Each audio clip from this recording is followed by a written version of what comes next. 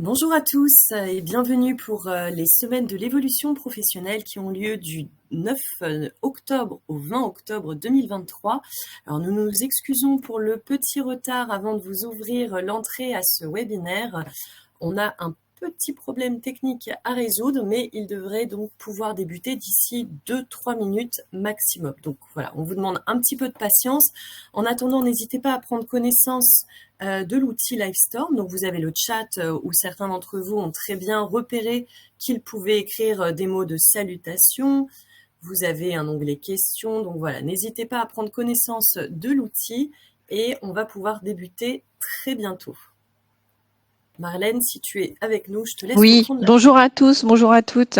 Merci de vous connecter ce midi pour partager ce moment autour du CEP m'accompagne pour un problème face à un problème de santé. Et on va démarrer effectivement dans quelques instants. Merci de votre patience.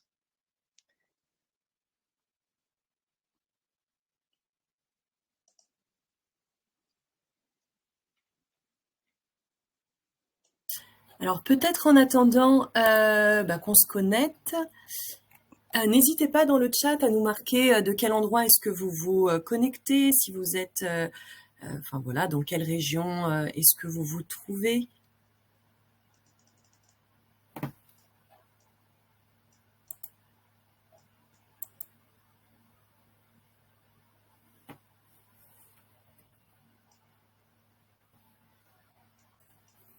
Île-de-France, Centre Val-de-Loire, Menton, Rennes, Rhône-Alpes, Hauts-de-Seine, Corse, Haute-Savoie. Ah, la France est bien représentée, hein. Un peu partout. Hein. Nantes, Des personnes qui Bordeaux. sont suivies par Tingari, je vois, j'ai vu passer. Oui. Rennes, le Le Touquet. Touquet. Hauts-de-France, Nice. La Normandie, Île-de-France. Gironde. Vous êtes 103. La Guadeloupe, Martinique. La chance. Bon. Est-ce que, Marlène, tu veux refaire un petit tour d'appel rapide ou...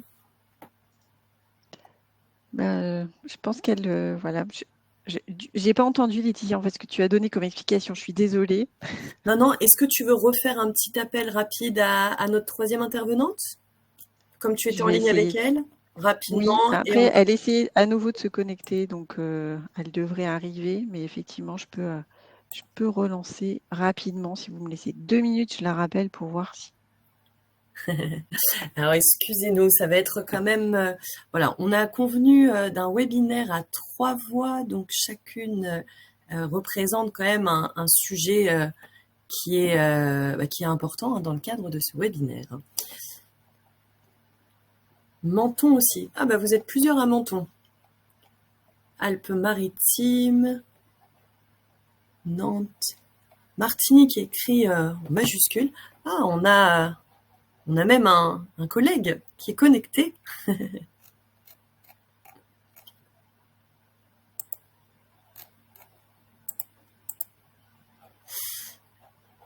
Ah, c'est bien, je vois que certains ont déjà découvert l'onglet questions. Donc voilà, on a déjà Françoise qui nous pose la question, est-ce qu'on peut prétendre à un accompagnement CEP pendant un arrêt pour longue maladie?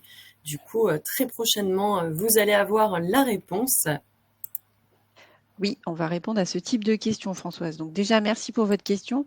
Ce que je te propose, Laetitia, c'est qu'on démarre un peu, Oui, très bien. d'expliquer un petit peu le contexte, Qui nous pourquoi est-ce qu'on est sommes. là aujourd'hui, comment ça se passe sur ce webinaire, voilà, tout ce que vous pouvez poser comme question, comment ça fonctionne. Donc déjà, merci effectivement de nous rejoindre aujourd'hui autour de cette thématique. Le CEP m'accompagne face à un problème de santé. Donc le CEP, c'est le Conseil en évolution professionnelle. Ce webinaire, il s'inscrit dans le cadre des semaines de l'évolution professionnelle qui ont lieu du 9 au 20 octobre et qui sont co-organisées par l'APEC, le réseau EVA, le groupement Évolution, BGE Guyane, AntiRH Corse, Axis Martinique, en association avec tous nos partenaires nationaux et régionaux. L'objectif, c'est effectivement des webinaires sur plein de thématiques. Donc, j'imagine que si vous êtes venu là ce matin, c'est que vous avez été sur le site internet des Semaines de l'évolution professionnelle pour vous inscrire à ces webinaires. Donc, n'hésitez pas à vous inscrire à d'autres thématiques dans les jours à venir. Je le redirai, mais je vous passe l'information déjà parce que c'est une question qu'on a souvent sur ce type de webinaire. Est-ce que vous aurez accès au support? Non, vous n'aurez pas accès au support, mais par contre, vous aurez accès au replay à partir d'ici 2 semaines, en fait. Une fois que l'événement sera terminé, vous aurez accès au replay de tous les webinaires, de l'ensemble des webinaires qui se sont déroulés. Donc, si vous en avez raté un, eh bien, vous pouvez toujours vous rattraper. Dans 2 semaines, il n'y a pas de souci. Alors, quelques petites règles et consignes, effectivement, par rapport à Livestorm, par rapport au logiciel. Vous pouvez poser des questions via l'onglet questions et on vous encourage à l'utiliser parce que sur l'onglet chat, en fait, ça va être perdu un petit peu dans le flow. Donc, alors que sur les questions, quand quelqu'un pose une question qui vous intéresse également, vous pouvez cliquer sur la petite flèche, il y a une toute petite flèche juste à côté des questions pour dire que vous aussi vous êtes intéressé par cette question, ce qui veut dire qu'on va avoir, comme tout de suite, le CEP peut-il m'aider dans le cas d'un burn-out? On a déjà 5 personnes qui sont intéressées par cette question. Donc n'hésitez pas, vous pouvez voter pour vos questions préférées pour qu'on puisse y répondre dans le cours de la présentation. Mais certaines trouveront des réponses au fur et à mesure de la présentation. Marlène, Ces je me semaines, permets, pardon, oui. juste d'insister un peu sur les règles que tu as posées. Donc, je pense notamment à Florent qui a posé sa question dans le chat. Si vous ne voulez pas qu'on passe à côté de votre question, mettez-la bien du côté question. De cette manière-là, on arrivera davantage à la visualiser. À l'identifier, oui, exactement.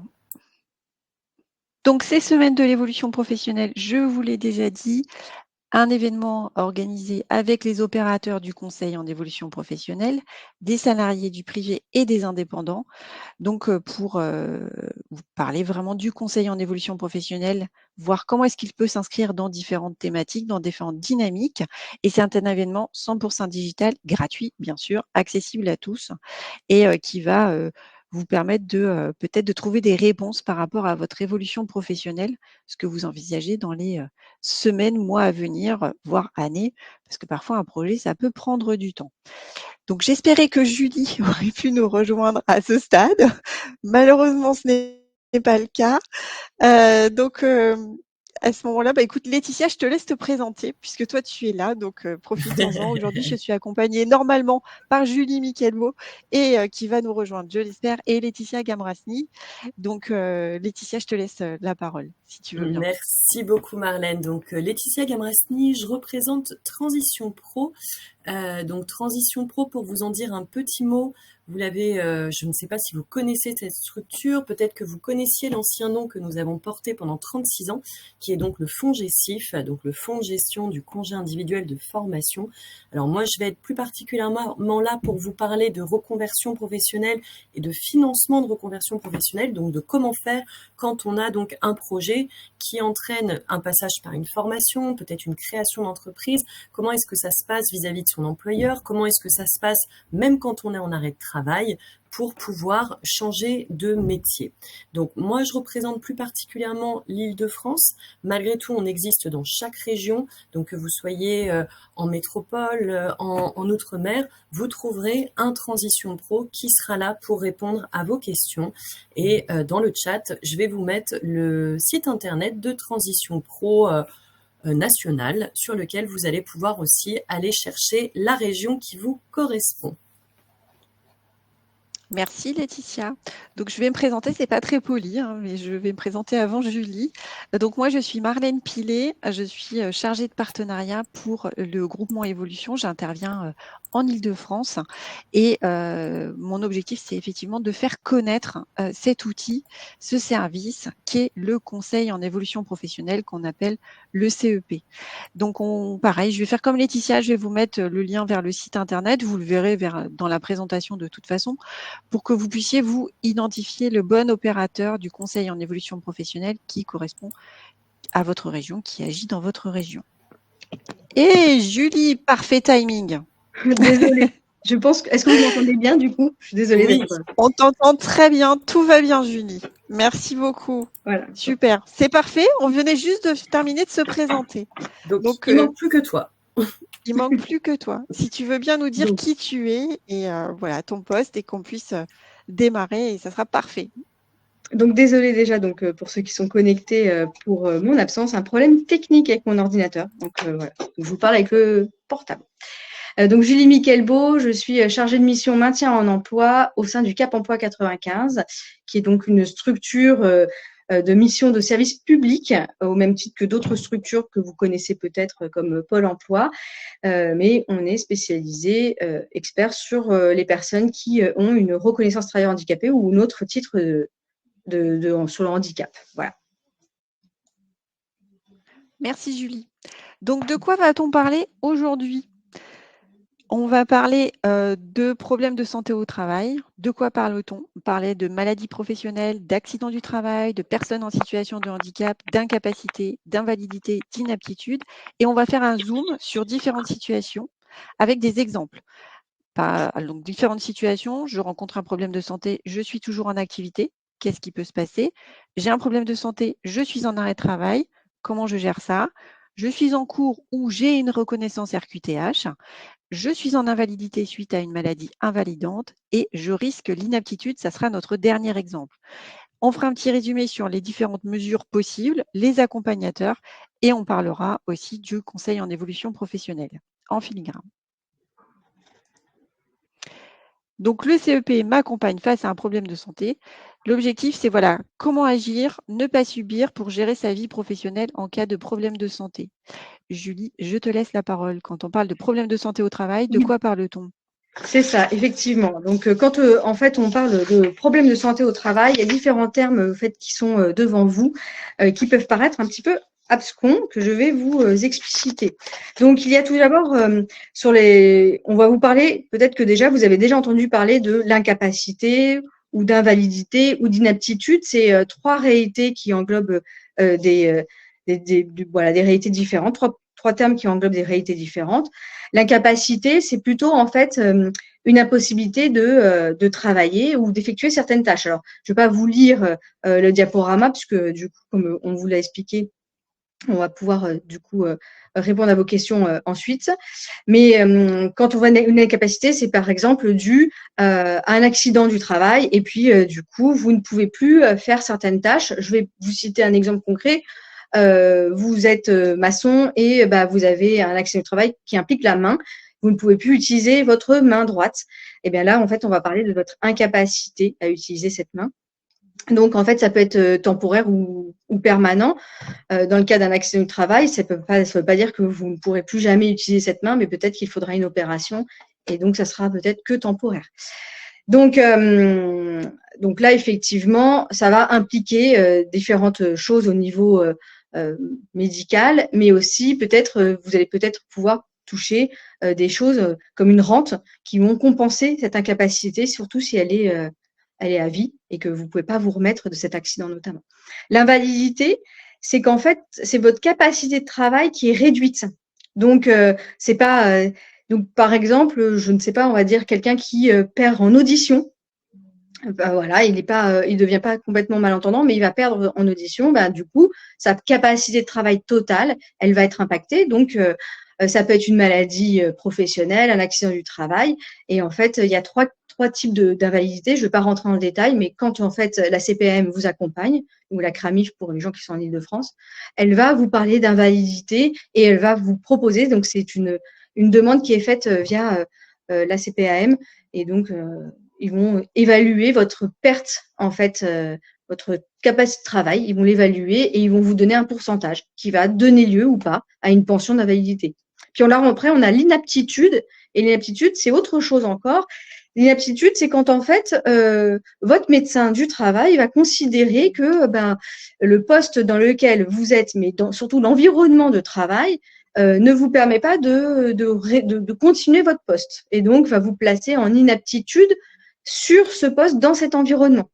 Voilà. Par exemple, une personne peut-être qui perd l'audition va peut-être plus pouvoir travailler dans un environnement où il y a plein d'interactions et plein de signaux sonores. Mais par contre, si on le change d'environnement de travail, et peut-être que du coup il est, je sais pas moi, cariste, Et peut-être que dans d'autres conditions, dans d'autres environnements, ça marchera. Mais donc, dans cet environnement-là, où il y a beaucoup de signaux sonores, eh bien, il ne pourra plus travailler. Donc là, on va vous mettre en inaptitude sur ce poste. Et du coup, vous pourrez rebondir sur un autre poste qui change au niveau de l'environnement de travail. Voilà. Ça, c'est du coup, Marlène, tu peux passer à l'autre slide. Les problèmes de santé au travail, la suite, maladie professionnelle. Vous m'entendez bien, moi, par contre, ou pas? Oui, oui, on t'entend très bien, Julie. D'accord. Alors, donc là, effectivement, on a, donc je vous ai évoqué tout ce qui était en lien avec les pertes de capacité au travail, l'inaptitude. Donc, c'est vraiment lié au travail. Et il y a d'autres termes qui vont se rajouter sur cela. Donc, qui sont déjà des termes un petit peu complexes. Donc, vous inquiétez pas, en fait, tout au long de votre parcours en fait professionnel, si vous entendez ces termes, les personnes que vous allez rencontrer vont pouvoir vous les expliciter. On va pas demander à ce que vous soyez des experts de ces termes, puisque ça va être plutôt notre travail de pouvoir vous expliquer ce que c'est, et puis effectivement le médecin du travail. Mais on va vous parler aussi de maladies professionnelles ou d'accidents du travail. Ces deux termes, en fait, sont intéressants parce que la maladie professionnelle, c'est quoi? C'est en fait le contexte de travail qui va en fait engendrer ce qu'on appelle une maladie, donc au sens large du terme, par exemple des problèmes d'épaule parce que vous avez un geste répétitif. Ça peut être qualifié en maladie professionnelle parce que c'est le travail qui a fait que votre épaule a été, par exemple, abîmée. Voilà, ça peut être par exemple, quand vous êtes dans un environnement où on utilise des produits chimiques, par exemple, eh bien effectivement, ça peut affecter vos poumons. Donc ça va être vraiment ce qui va être qualifié de maladie professionnelle, c'est le travail qui va générer une problématique de santé impactante. Après, l'accident du travail, ça, on connaît pratiquement tous.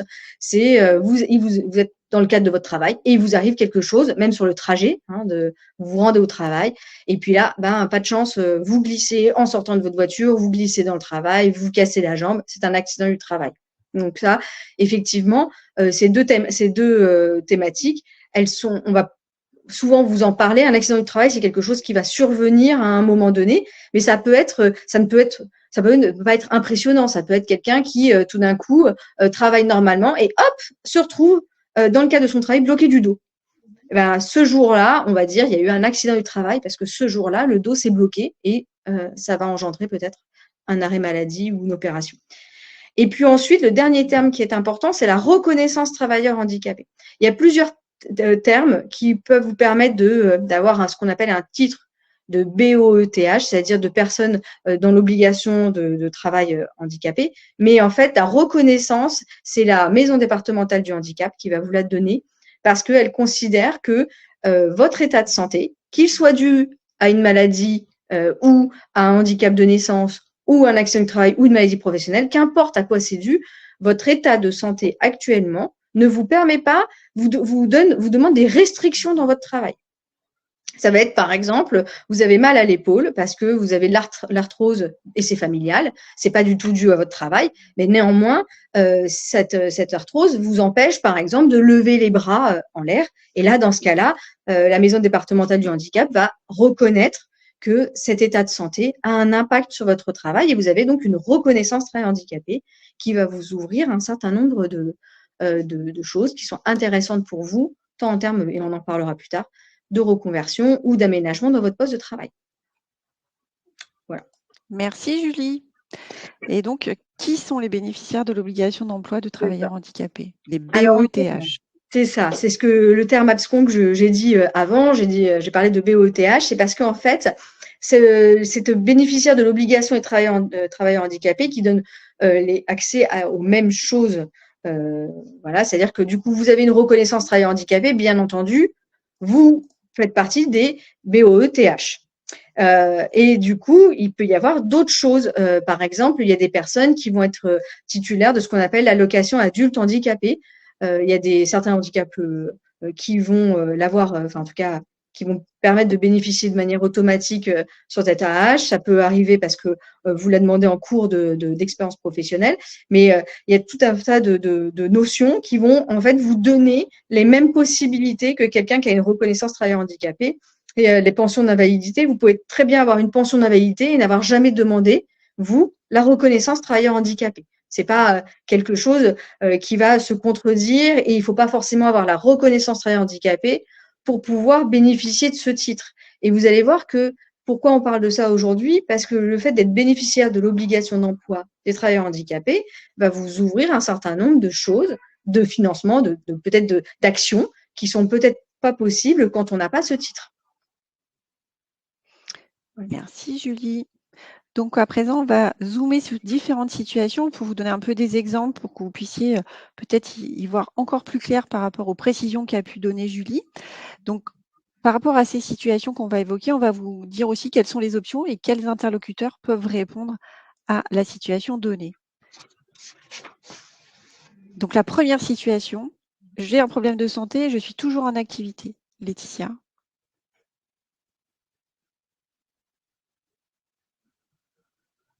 Laetitia n'a plus de micro. Alors, c'est pas grave. Donc, décidément, ce webinaire. Désolée. Donc, moi, je vais vous parler de Marie qui a 40 ans. Est-ce qu'on m'entend bien? Est-ce qu'on m'entend bien? Oui, on t'entend, Laetitia. Est-ce que vous m'entendez? Ah, oui. Ok, super. Bon, effectivement, excusez-moi, décidément, aujourd'hui, c'est compliqué.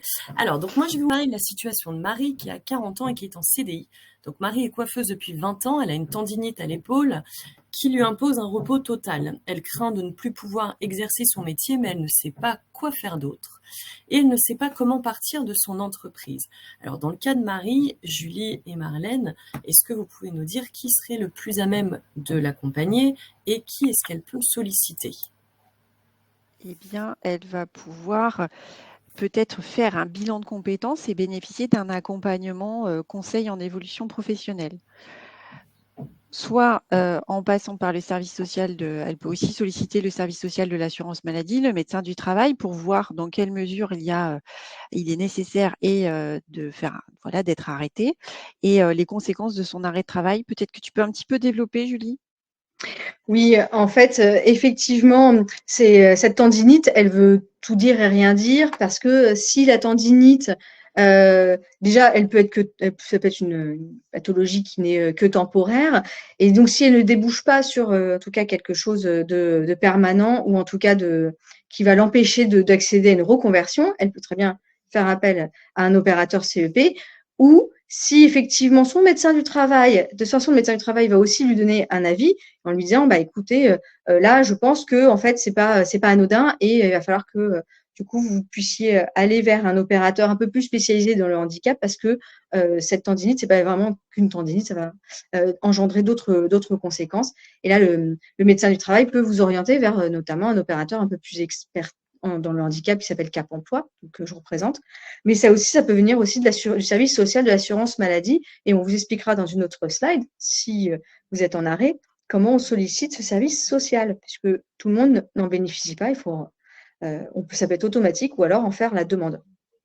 Je ne sais pas si j'ai bien répondu, Marlène, à ta question. Si, Julie. Mais si effectivement ce n'est disons temporaire et qu'elle veut réfléchir puisque en fait on s'est aperçu que dans l'exemple elle ne sait pas quoi faire d'autre, elle a envie de changer de métier, elle peut effectivement contacter l'opérateur CEP pour faire un point et voir comment est-ce qu'elle peut faire évoluer sa situation en tenant compte de sa fragilité par rapport aux tendinites peut-être. Et dans ce cas-là, donc vous réexpliquez un petit peu ce que c'est que le CEP, le conseil en évolution professionnelle. Vous rappelez que c'est un service pour les salariés et les indépendants qui veulent faire un point sur leur situation professionnelle. Et c'est un service, donc c'est gratuit, c'est confidentiel, c'est neutre, il n'y a pas de jugement quand on vous accueille. C'est totalement accessible puisque ça existe sur l'ensemble du territoire et c'est impartial. Donc, vous avez un espace de parole et dans le cas de notre exemple, peut-être qu'elle pourrait effectivement faire un point sur son évolution, voir ce qu'elle pourrait mobiliser pour peut-être changer de métier, de secteur, puisqu'elle s'interroge un petit peu en se disant « je ne sais pas quoi faire d'autre ». Quels sont les opérateurs du CEP? Eh bien, en fonction du statut, chacun a son opérateur dédié. Les demandeurs d'emploi, ça va être le Pôle emploi qui va accompagner sur le conseil en évolution professionnelle. Moins de 26 ans, les missions locales. L'APEC, est auprès des cadres et l'ensemble des opérateurs sur le territoire, donc conseil en évolution professionnelle, à savoir le groupement Évolution, le réseau EVA, BGE, Antea RH, Axis et l'autre que j'oublie à chaque fois, mon travail, je crois que c'est ça. Donc pour les salariés du secteur privé et les travailleurs indépendants. Mais de toute façon, vous trouvez toutes les infos sur le site internet moncep.gouv.com et vous aurez le bon opérateur par rapport à votre statut et votre région. Le CEP, il va accompagner sur différents points. Dans le cadre d'une évolution professionnelle, parce qu'on s'interroge, parce que voilà, on a envie d'évoluer au sein de son entreprise, ça peut être de la mobilité interne, mais aussi externe. Donc, dans ce cas-là, est-ce que je reste sur le même métier? Est-ce que j'ai besoin de faire une formation vers un nouveau métier? Donc, prendre le temps de me former et faire une reconversion. Et on parlera un petit peu plus tard de transition professionnelle avec Laetitia. Ou alors parce qu'on souhaite développer ses compétences, y voir un peu plus clair sur ses compétences, faire un point, se former pour obtenir une certification professionnelle. Dans ce cadre-là, la formation, elle peut être longue, elle peut être courte, mais on peut aussi accompagner sur de la reprise ou de la création d'entreprise. Donc, c'est vraiment un panel très, très large, le CEP, et que vous pouvez mobiliser à tout moment. Et on va faire effectivement un petit focus avec Laetitia sur le PTP, le projet de transition professionnelle. Oui, alors du coup dans le chat, j'ai mis le lien vers le site internet du CEP, comme vous l'indiquez Marlène, pour pouvoir identifier quel est l'opérateur le plus adapté en fonction de votre situation. Donc vous avez le lien dans le chat. Et donc moi, je vais vous parler plus particulièrement des personnes qui sont salariées et qui font le choix dans le cadre de la construction d'un projet professionnel de réaliser une reconversion. Il est tout à fait possible de faire une reconversion professionnelle en passant par le PTP lorsque l'on est en arrêt de travail. C'est aussi une possibilité. Alors, je vous explique les deux cas de situation. Tout d'abord, le PTP, il faut savoir qu'il a remplacé le CIF, le congé individuel de formation, depuis le 1er janvier 2019. L'objectif du PTP, c'est de pouvoir réaliser une formation diplômante pour changer de métier. Il s'agit d'un dispositif qui s'adresse aux salariés du secteur privé qui sont en CDI, qui sont en CDD en emploi, intérimaire ou intermittent du spectacle. Alors ne vous inquiétez pas, si à l'heure actuelle vous n'êtes pas salarié, vous le voyez, avec certains statuts, il est tout à fait possible de générer des droits. Par exemple, le CDD, l'intérim ou l'intermittent du spectacle, ça semble un peu plus difficile, mais en tout cas, il est quand même possible de réouvrir des droits au PTP, même si à l'heure d'aujourd'hui, on est demandeur d'emploi. Sachez d'ailleurs que si l'on est en situation de handicap, il n'y a pas de condition d'ancienneté pour pouvoir déposer un dossier. Alors, l'avantage du PTP, c'est d'obtenir à la fois la prise en charge du coût de sa formation et également le maintien de sa rémunération si l'on réalise sa formation pendant le temps de travail. Si une personne est en arrêt de travail, c'est aussi possible de réaliser cette formation, mais pour ce faire, elle devra passer par le service social de l'assurance maladie qui orientera la demande vers une instance qu'on appelle une instance de prévention à la désinsertion professionnelle. Donc c'est cette instance qui va pouvoir valider s'il est possible ou non de réaliser sa formation tout en étant en arrêt de travail. Donc c'est possible, mais il y a tout de même des étapes à franchir. Alors, je vous donne un petit mot quand même sur l'Île-de-France parce que, je vous l'ai dit tout à l'heure, c'est la région que je représente. On a mis en place un catalogue de formations qui n'est pas exhaustif, mais qui permet d'identifier, donc pour ceux que cela concerne, les formations qui sont éligibles au dispositif du PTP. Donc des formations qui sont diplômantes, donc qui donnent lieu à un diplôme, un changement de métier et qui sont éligibles au compte personnel de formation. Alors, comment ça marche? Donc, nous prenons en charge Transition Pro Île-de-France ou Transition Pro Rhône-Alpes, PACA, voilà, Réunion, tous les transitions pro. Nous prenons en charge les frais de formation avec une logique de plafond, un plafond à 27,45 € de l'heure ou 18 000 € hors taxe maximum pour l'ensemble du coût et nous maintenons votre rémunération à 90 ou 100% ou 94%, en tout cas on ne descend pas en dessous de 90% selon donc votre niveau de salaire. Je vous ai parlé des conditions d'ancienneté, donc elles existent selon le type de contrat de travail que vous avez, mais s'il y a une question du handicap, eh bien, ces conditions d'ancienneté sont levées. Sachez également que si vous êtes en situation de handicap, eh bien, nous avons un partenariat avec l'AGFIP, d'un partenariat qui couvre aussi bien un champ d'action qu'un champ financier, puisque l'AGFIP investit dans le financement du PTP pour permettre à des personnes en situation de handicap d'avoir un coup de pouce supplémentaire dans le cadre de nos financements. Il y a des délais de dépôt de dossier, par contre, ceux-là sont incompressibles. Si vous êtes en CDI, il faut déposer votre dossier au plus tard 3 mois avant le démarrage de votre formation. En CDD, 2 mois. Tout ça pour vous dire qu'un projet, ça s'anticipe, ça se construit dans le temps. C'est pas un réveil un matin en se disant la semaine prochaine, je vais débuter telle formation. Là, on ne pourra pas vous suivre dans le cadre du PTP. Attention également, Transition Pro mobilisera automatiquement votre compte CPF si vous obtenez un accord. Donc votre compte CPF est bloqué, qu'il soit à 0 €, 300 €, 5000 €, pour nous ça ne fera aucune différence en termes de décision. Par contre, si vous obtenez un accord de financement, votre compte sera vidé. Donc ayez bien cela en tête. Alors, je pense qu'on peut passer donc à la situation numéro 2, donc la situation de Sébastien, qui a 32 ans, qui est développeur web en freelance, qui est actuellement en arrêt suite à un burn-out. Donc, j'ai vu que cette question était passée dans le chat. Ça va peut-être être l'occasion, dans les questions, pardon, ça va peut-être être l'occasion d'y répondre. Donc, il ne trouve plus de sens à son métier, il souhaite en changer.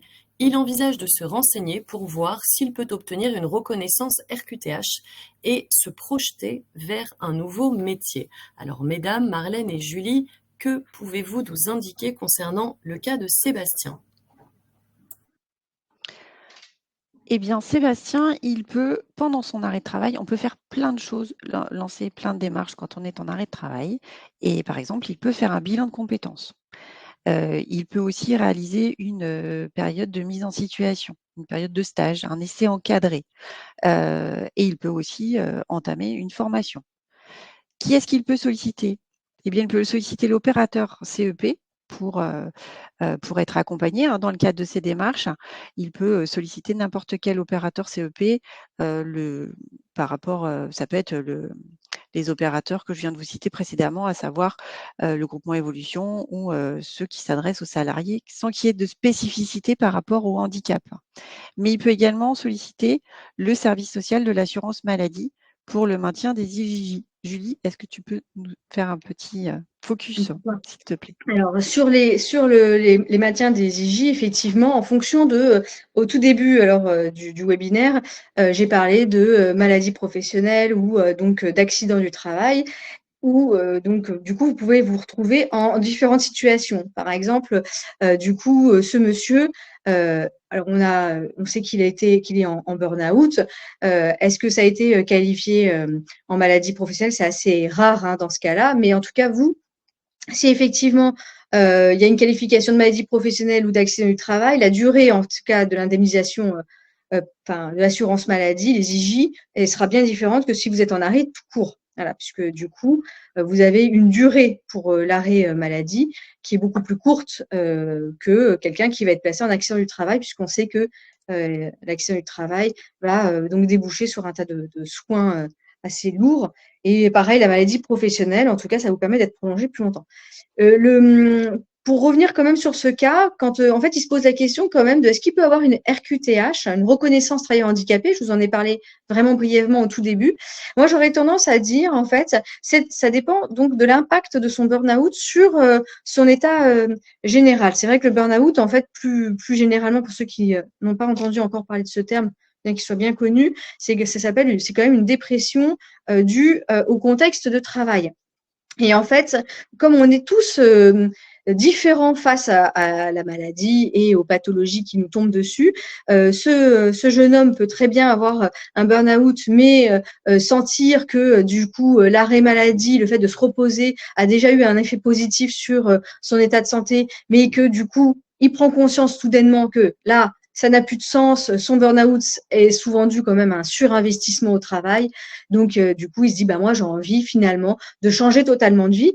Et donc, son burn-out ne va pas avoir un impact sur son projet. Et donc là, l'opérateur CEP habituel est tout à fait à même d'accompagner ce monsieur. Et ils vont même avoir voilà, des leviers qui vont pouvoir actionner pour des gens qui veulent donner, comme ce monsieur, plus de sens à son travail.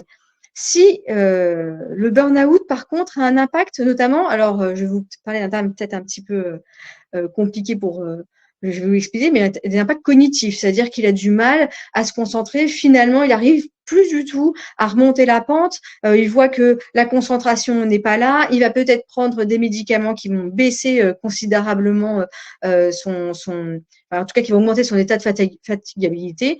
Et là, en fait, il se rend compte que il ne pourra plus réfléchir comme avant. Il y aura vraiment un impact sur sa vie intellectuelle. Il est fortement probable que là, il puisse obtenir une RQTH. Le burn-out ne donne pas lieu forcément à une reconnaissance travailleur handicapé. C'est l'impact du burn-out, c'est finalement les conséquences que celui-ci a sur votre état général qui va faire que vous pouvez demander cette reconnaissance travailleur handicapé. Donc, le fait qu'il se pose la question, c'est très bien, il va pouvoir en parler à son médecin du travail, notamment, ou son médecin traitant, qui vont pouvoir en fait analyser est-ce que ce burn-out a un impact durable, en tout cas sur une longue durée, sur sa manière dont il va pouvoir travailler plus tard et mobiliser ce qu'on appelle sa cognition, en tout cas, sa mémorisation de différentes tâches. Si la réponse est ça a un impact et finalement vous allez pouvoir moins mémoriser, il va falloir être très prudent sur le stress parce que vous avez une capacité à retourner dans cet état dépressif, et bien là effectivement il peut demander une reconnaissance travailleur handicapé. Néanmoins, en tout cas, un opérateur CEP habituel peut très très bien l'accompagner et si besoin est, donc du coup, il fera le relais avec Cap Emploi si vraiment on voit que sa reconversion est impactée par son état de santé.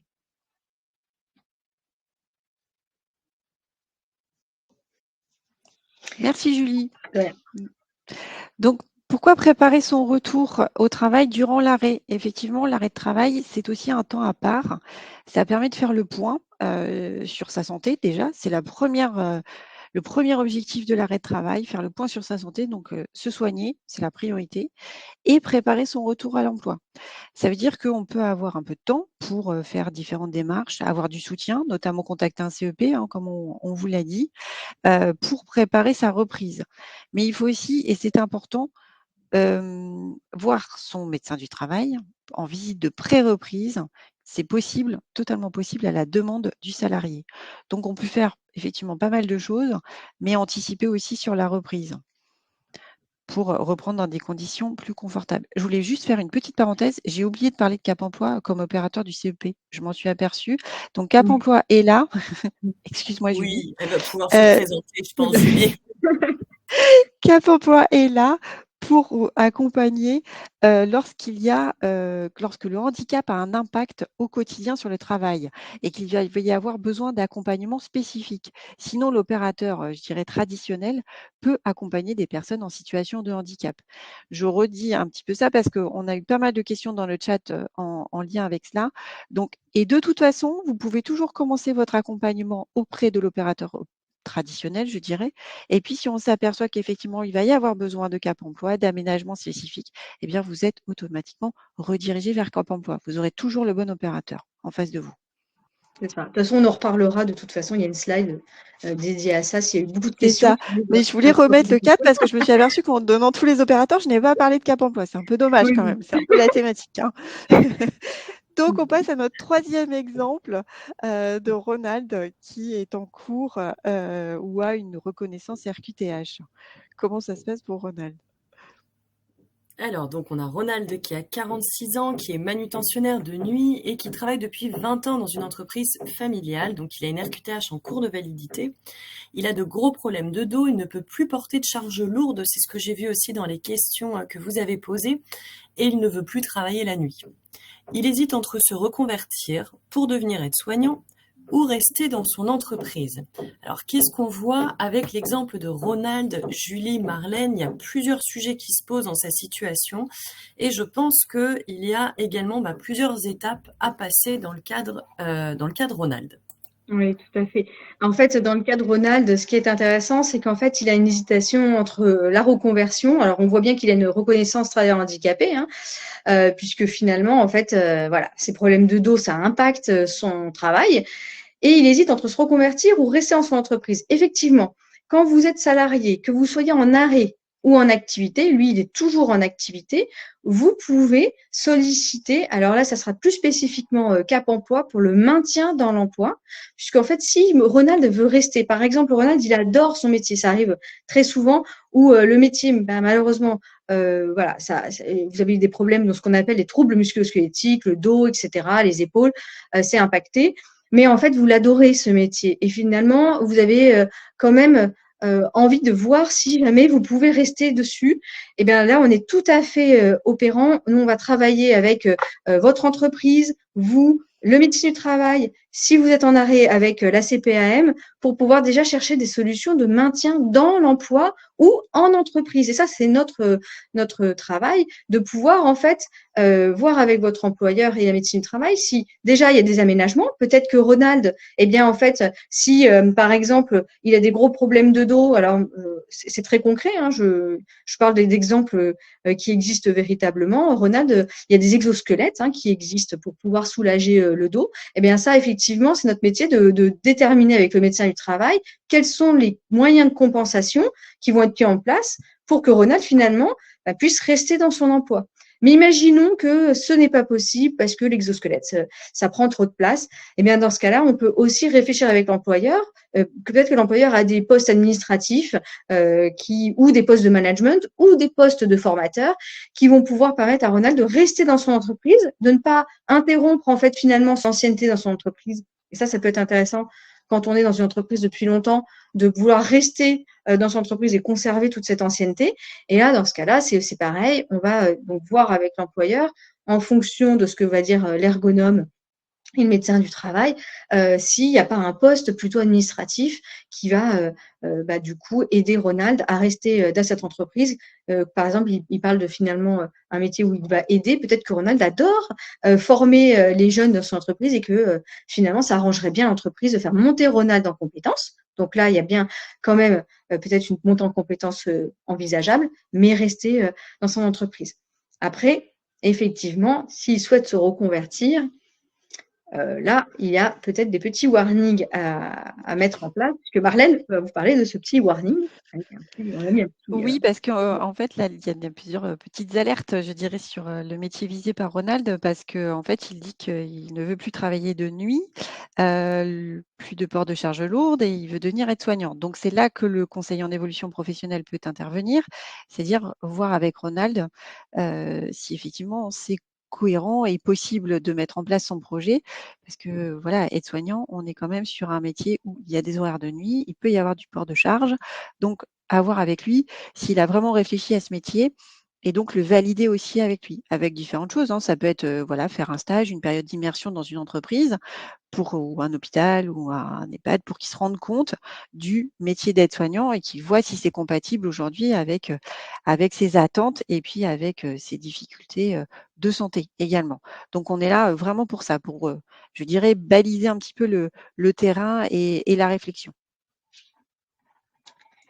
Et on n'a pas évoqué de ce dont il pouvait bénéficier, parce que c'est vrai qu'on ne l'a pas avancé. Vrai. Mais effectivement, il y a tout un tas de petites choses. Comme il a une reconnaissance travailleur handicapé, c'est vrai que je vous avais dit que ça ouvrait la possibilité, ça ouvre le champ du possible en termes d'outils pour aider dans le projet et à créer le cheminement dans son CEP.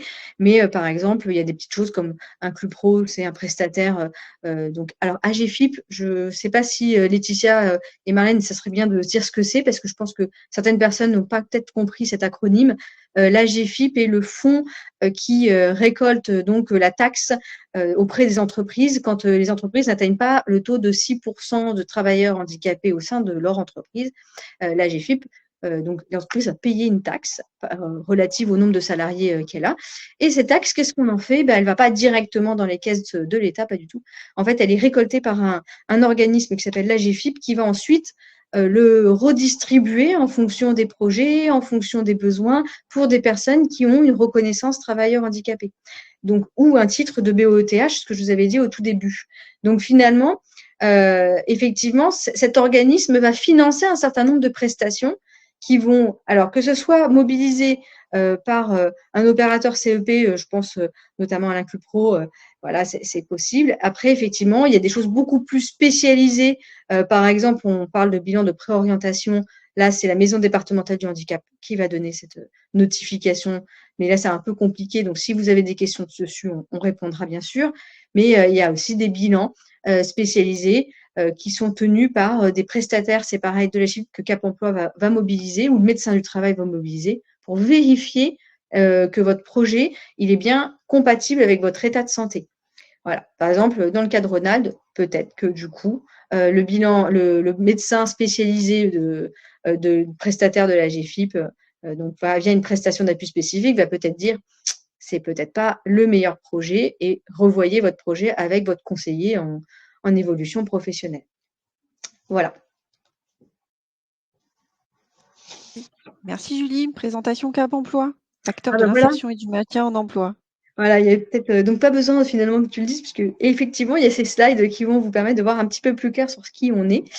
En fait, Cap Emploi est cité dans la loi handicap, donc qu'on a cité en début de webinaire. On est l'opérateur qui a été désigné par l'État et on est financé, nous, entièrement par l'AGFIP. Donc, pareil que pour les opérateurs cités par Marlène, nos prestations vers les salariés. Et alors, on a un côté aussi demandeur d'emploi, c'est le volet insertion, et sont totalement gratuites, bien entendu. Donc, nous, on va s'occuper de qui? De toutes les personnes qui ont une reconnaissance travailleur handicapé ou un titre BOETH. C'est-à-dire que vous êtes bénéficiaire de l'allocation adulte handicapé, vous pouvez bénéficier des services de Cap Emploi. Vous avez une pension d'invalidité, vous pouvez bénéficier des services de Cap Emploi et une RQTH, bien sûr. Mais en fait, vous pouvez très bien aussi être dans la démarche de demander votre reconnaissance travailleur handicapé.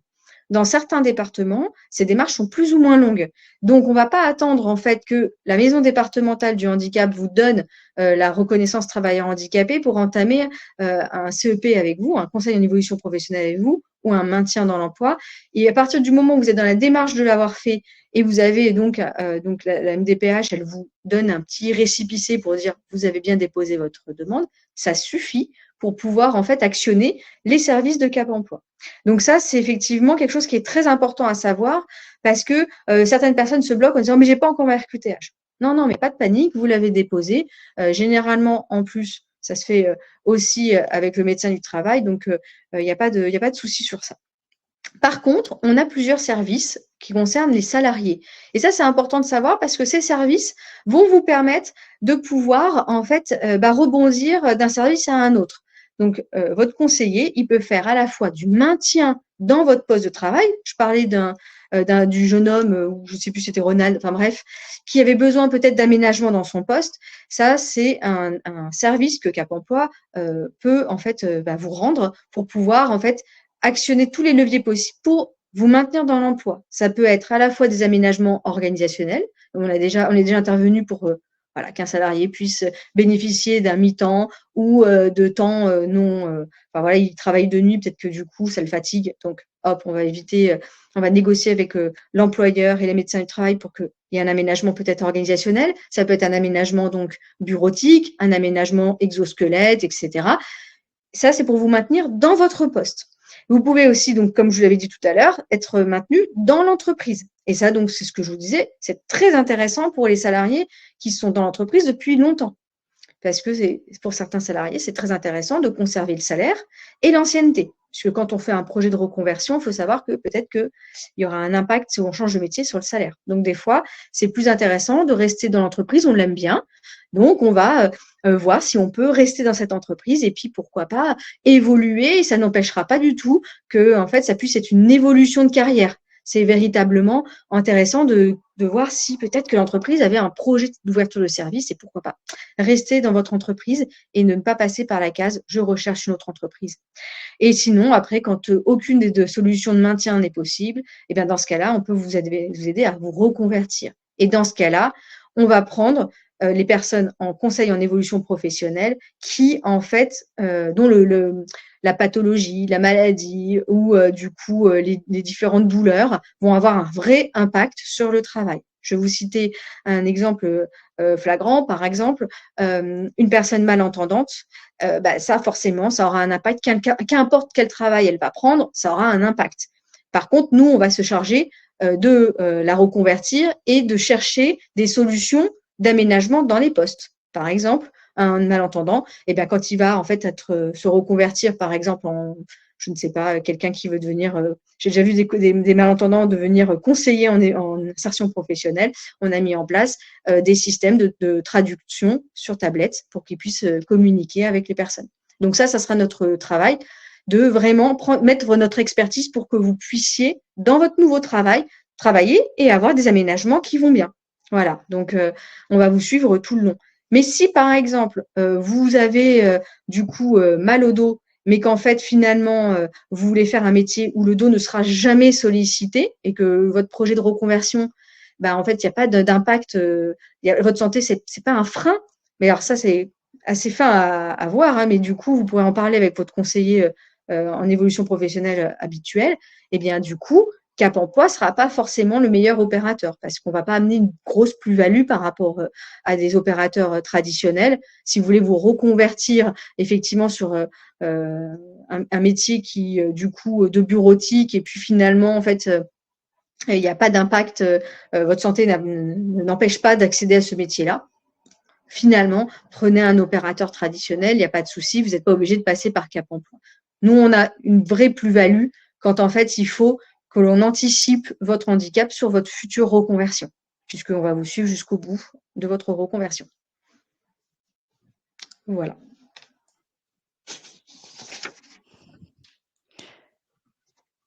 Laetitia, ton micro est coupé.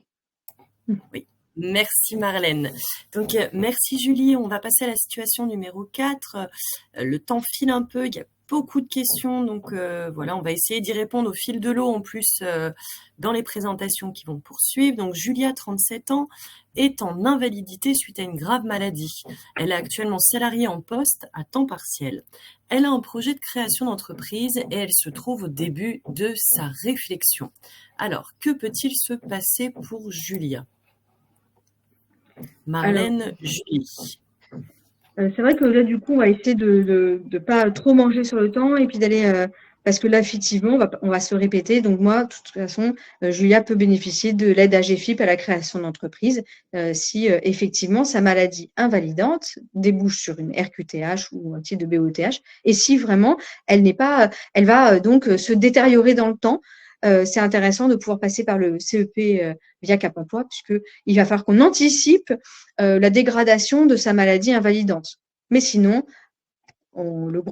les opérateurs CEP habituels, comme va l'expliquer peut-être. Exactement, elle peut solliciter un des opérateurs CEP si la maladie est stabilisée.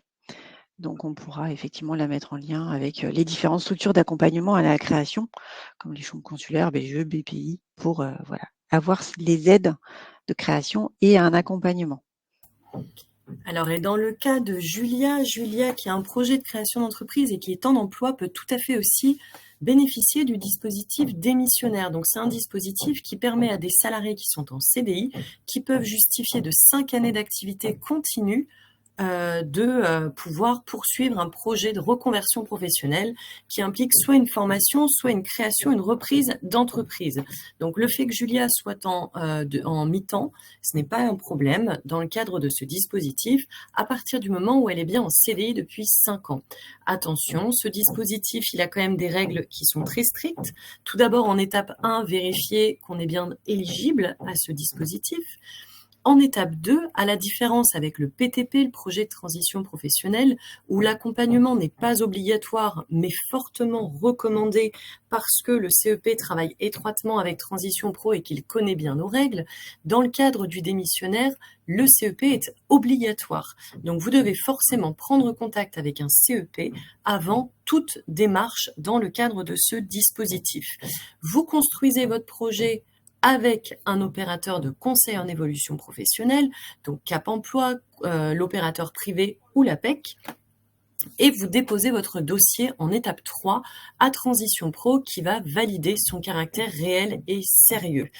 Notre commission paritaire va prendre une décision, soit un accord, soit un refus. Si vous obtenez un accord, attention, nous ne sommes pas financeurs de votre projet, mais nous vous remettons une attestation du caractère réel et sérieux de celui-ci qui vous permet ensuite, en étape 4, de vous inscrire à Pôle emploi pour pouvoir constituer votre dossier qui va vous permettre de percevoir les allocations retour à l'emploi que vous n'auriez pas si vous avez réalisé une démission sans ce dispositif, et Pôle emploi qui va également suivre la mise en œuvre de votre projet. Donc sachez que ce dispositif, dans le cadre de Julia, qui a un projet de création d'entreprise alors qu'elle est en CDI, eh bien c'est tout à fait possible. Et nous avons la situation numéro 5 de Paul qui risque l'inaptitude, qui a 48 ans, qui est charpentier en CDI dans une TPE. Et Paul a fait une chute depuis un toit. Il a du mal à supporter la station debout prolongée et les postures qui sont liées à son métier. Il est en mi-temps thérapeutique et je crois aussi que ça va répondre à certaines questions dans le fil de discussion. Alors je vous laisse la main, mesdames, Marlène, Julie, que peut faire Paul et à quoi peut-il s'attendre? Oui, en fait, là, ce qui est alertant en fait dans le dossier de Paul, c'est qu'il est en risque d'inaptitude. Donc, comme je vois pas les questions, peut-être qu'il y a beaucoup de questions sur le risque d'inaptitude. Ça veut dire quoi? Ça veut dire que le médecin du travail a dit « Oh, attention, à terme, vous risquez d'être placé en inaptitude ». Donc là, souvent, les médecins du travail vont directement sonner la sonnette d'alarme de Cap Emploi ou vous dire « Allez rapidement à Cap Emploi ». Et là, en particulier, parce que Paul, je vois que Paul est en mi-temps thérapeutique.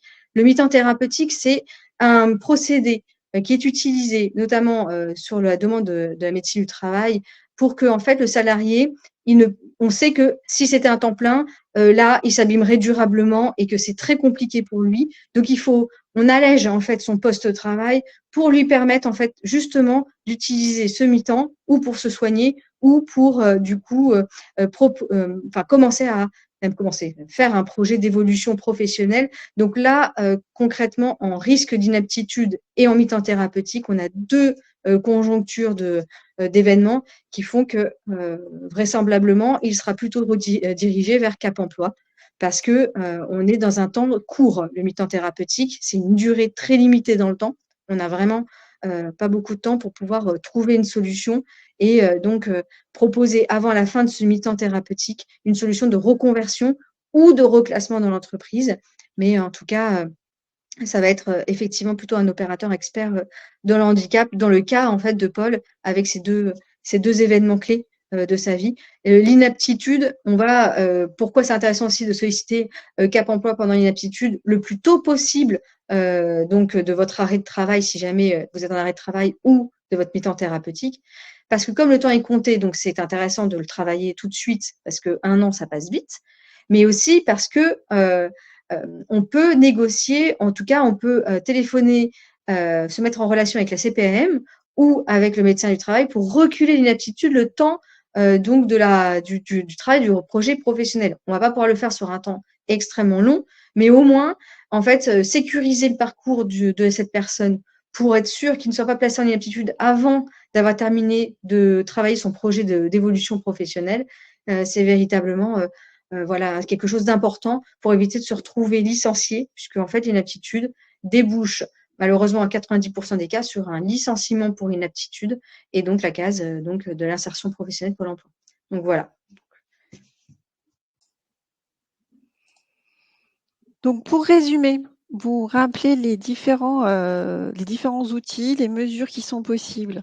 Donc l'accompagnement, il peut se faire par un conseiller en évolution professionnelle. Donc dans le cas du conseiller en évolution professionnelle, on peut également faire un bilan de compétences, un bilan de préorientation, faire appel à Inclus Pro. 2 mots sur Inclus Pro, Julie, peut-être? Juste 2 mots. Oui. Inclus Pro, 2 mots, c'est en fait un prestataire, c'est une prestation AGFIP, c'est un prestataire qui va le faire et c'est pour en fait, c'est intensif, c'est 2 jours ou 3 jours par semaine en fonction des départements, pour en fait travailler son projet professionnel. Donc ça va vite, c'est 6 mois et du coup pendant 6 mois, vous êtes quand même 2 jours par semaine chez le prestataire, payé par, c'est payé par l'AGFIP, donc vous ne déboursez rien pour Inclus Pro. Il faut avoir une RQTH par contre. Merci. Des mises en situation également avec les PMSMP, période d'immersion en entreprise, des essais encadrés, la CRPE et d'autres appuis d'un point de vue financier. Ça veut dire la mobilisation de son CPF, du compte de pénibilité, la GFIP également lorsque c'est nécessaire, transition pro aussi, et la médecine du travail. Les acteurs qui vont vous accompagner, donc d'un point de vue administratif, l'assurance maladie, la MDPH, également au niveau de la santé, le médecin traitant, la santé au travail, médecin de santé travail, médecine du travail et le médecin conseil. Dans le cadre de la situation socio-professionnelle, ça peut être un assistant du service social de l'assurance maladie et aussi Cap Emploi. Et évidemment, pour travailler son projet professionnel, le conseiller en évolution professionnelle. Donc, Un petit focus sur la voilà. situation administrative. Voilà ce qu'on Voilà. disait tout à l'heure en début de webinaire. C'est ça. En fait, du coup, la CPM, on vous a remis le numéro de téléphone 36 46. S'il y a une question, si vous voulez effectivement poser des questions sur vos indemnités journalières. Et bien sûr, alors là, la maison départementale du handicap, il y en a donc dans chaque département. Il faut savoir qu'ils peuvent vous recevoir sur rendez-vous si vous avez des questions. Si vous ne savez pas remplir non plus votre demande de RQTH, ils sont là pour vous aider. Donc, dans chaque département, il y a un site web. Et il ne faut pas hésiter à de vous rendre sur place ou prendre un rendez-vous si besoin est pour qu'ils puissent vous accompagner sur vos démarches. Et au niveau de la santé, c'est comment ça se passe? Donc, il y a Assurance l'assurance maladie, il y a 2 pôles, un pôle habituel et un pôle de service social qui est hyper utile. C'est pas parce qu'on a une assistante sociale que ça veut dire qu'on est complètement non autonome. C'est au contraire, une assistante sociale de la CPM, elle va vous appuyer dans vos démarches, elle va suivre votre dossier et c'est elle qui va pouvoir vous alerter sur voilà, il y a le médecin conseil qui va peut-être vous convoquer, etc. Elle va vraiment tout vous expliquer et c'est vraiment un appui. Nous, on travaille énormément avec elle, on s'appuie beaucoup avec elle, donc souvent, quand vous n'en avez pas, on va vous conseiller de pouvoir, quand vous êtes en arrêt prolongé, de demander une assistante sociale. C'est quand vous avez un arrêt maladie qui se prolonge et donc c'est intéressant de pouvoir être accompagné à ce niveau-là. Les services de santé au travail, toujours. Le médecin du travail, il faut savoir que c'est pas quelqu'un que vous pouvez que vous sollicitez qu'une ou 2 fois lors de votre arrêt. Vous pouvez le solliciter à tout moment. Plus en fait vous êtes accompagné et mieux c'est. Et donc je connais des salariés qui ont sollicité régulièrement leur médecin du travail. Et pour le coup, c'est très intéressant de pouvoir avoir son avis sur votre situation professionnelle. Voilà.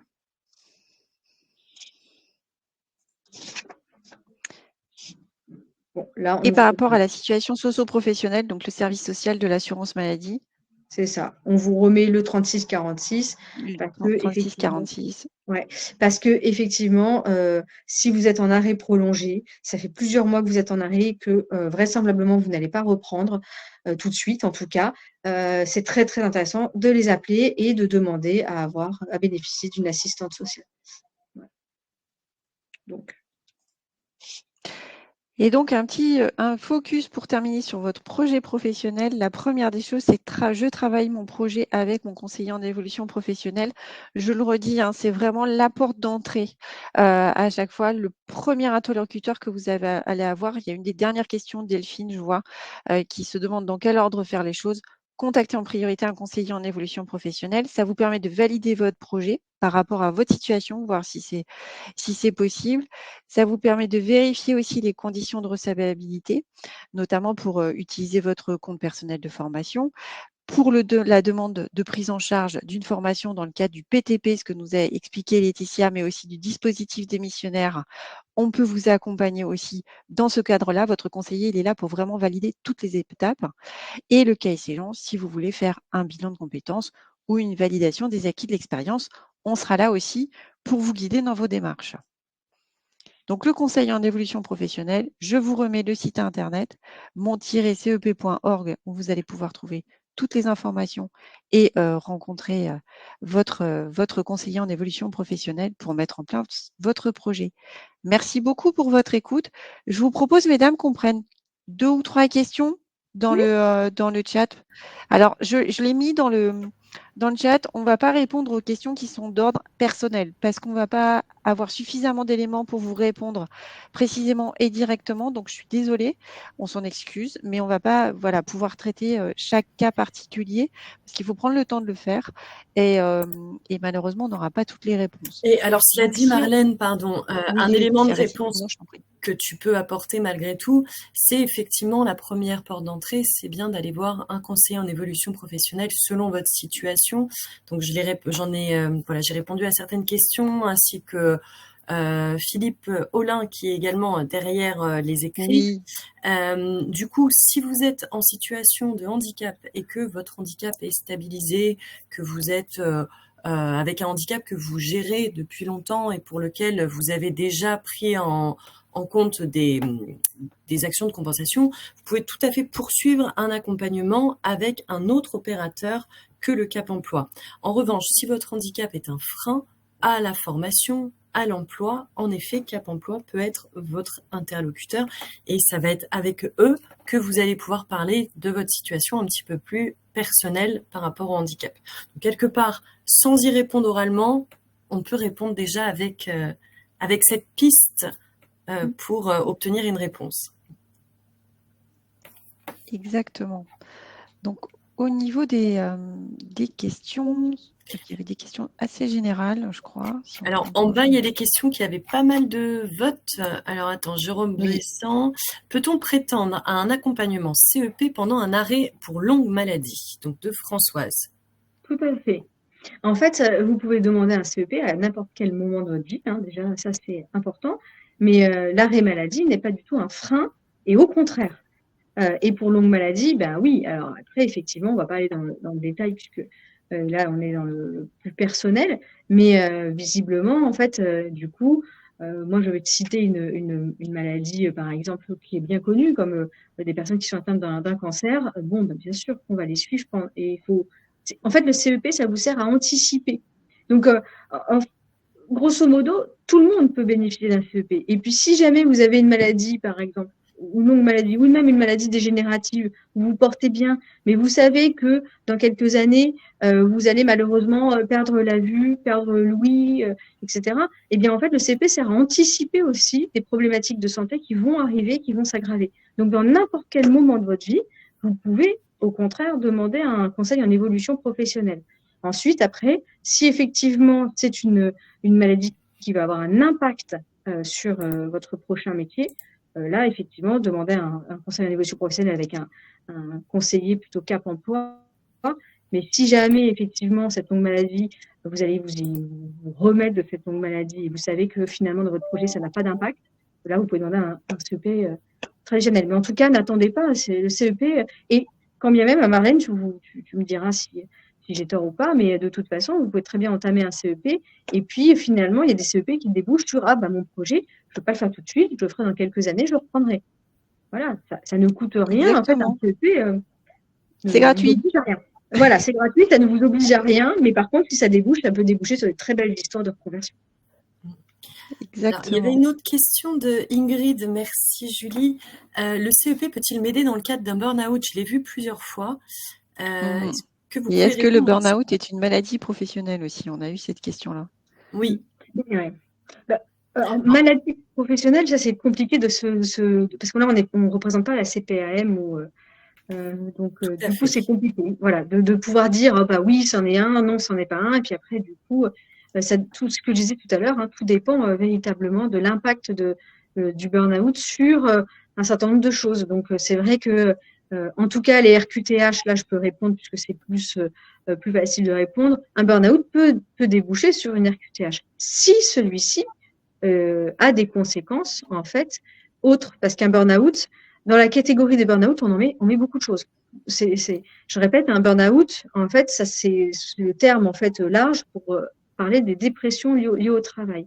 Et du coup, en fonction de votre personnalité, de votre vécu, de est-ce que vous êtes accompagné, est-ce que vous êtes en couple, pas en couple, avec des enfants, sans enfants, le burn-out n'aura pas du tout le même impact et la même puissance. Voilà. Donc, vous pouvez très bien avoir quelqu'un qui a un burn-out et qui finalement, en fait, n'a pas besoin de RQTH parce que une fois reposé, une fois sorti du contexte un petit peu compliqué de l'entreprise, eh ben en fait revit. Par contre, ça donne sincèrement, vous allez me dire, je pense que Marine et Laetitia on l'ont vu largement, ça peut donner une soif de reconversion et de sens à donner à sa vie, et ça peut être, c'est souvent le départ d'une nouvelle vie, le burn-out. Mais ça ne débouche pas forcément sur une reconnaissance travailleur handicapé. Voilà. Mais ça peut. Ok, très Voilà. bien. Il y a d'autres questions Merci effectivement beaucoup, Julie. assez personnelles qui se posent. Je pense que du coup, comme on l'a dit, le mieux c'est de trouver l'interlocuteur le plus adapté pour vous pour y répondre du coup.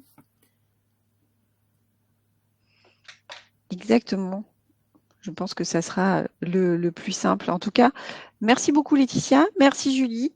Malgré toutes ces difficultés techniques et ces petits aléas, eh bien, nous y sommes arrivés.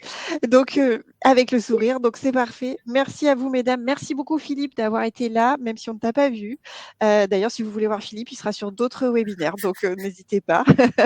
Oui, il prendra la parole. Il ne sera pas seulement l'homme mystère derrière le clavier. Donc, il n'y a pas de souci. Et ça sera avec plaisir qu'on pourra vous retrouver sur d'autres thématiques durant les jours à venir, donc jusqu'au 20 octobre. N'hésitez pas à vous inscrire, à en parler autour de vous. N'hésitez pas à revoir les replays. En tout cas, je suis ravie d'avoir été avec vous, Laetitia et Julie, aujourd'hui. Et je vous souhaite à tous un très bon après-midi. Merci beaucoup à tous. Merci Bonne à tous. journée à tous. Merci Au Marlène. revoir.